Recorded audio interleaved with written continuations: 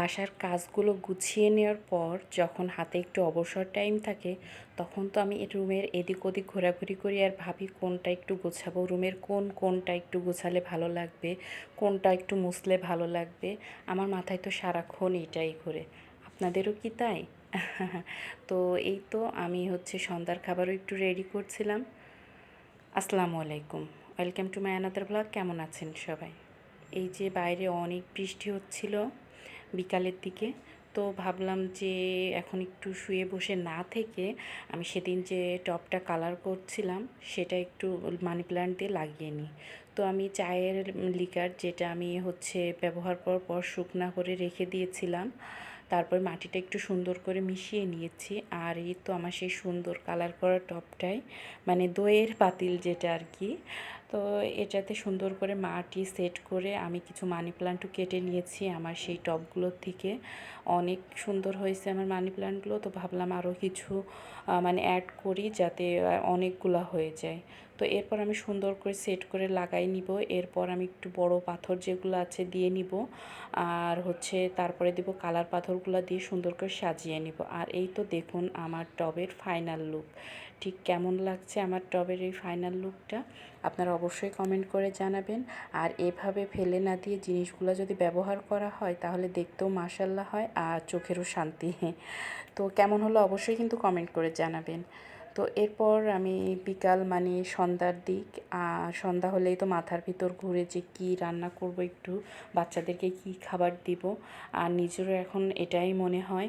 তো আমি চুলাটা একটু সুন্দর করে ওয়াশ করে নিয়ে আমি কড়াইটা বসিয়ে দিয়েছি, একটু চিকেন নুডলস রান্না করব আর একটু দুধ চা।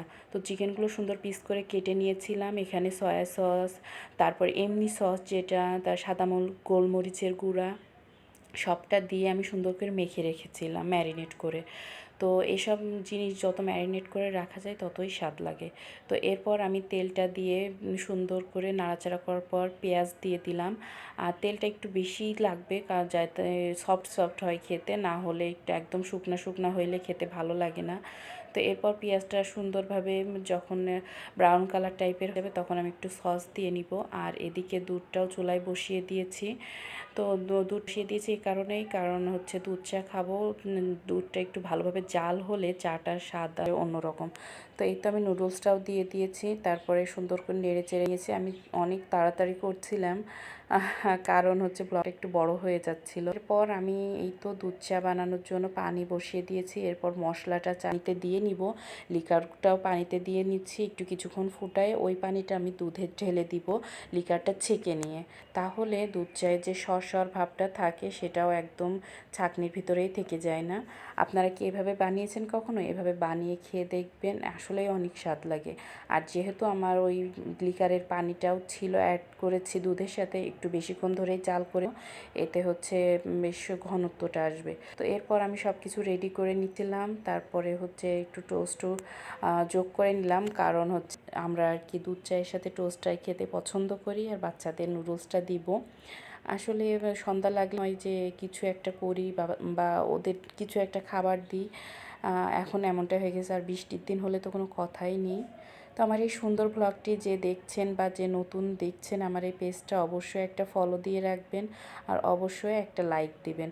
আর আমার ব্লগটি কেমন লাগলো একটু কষ্ট করে কমেন্ট করে জানাবেন, এতে আমারও শান্তি লাগবে আর আমার কাজেরও আগ্রহ বাড়বে। আমি ভিডিওটা শুরু করছি।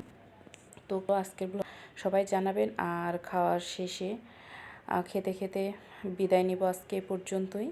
ভালো থাকবেন সবাই, আর আমার পরবর্তী ব্লগটি দেখার জন্য আমন্ত্রণ রইল।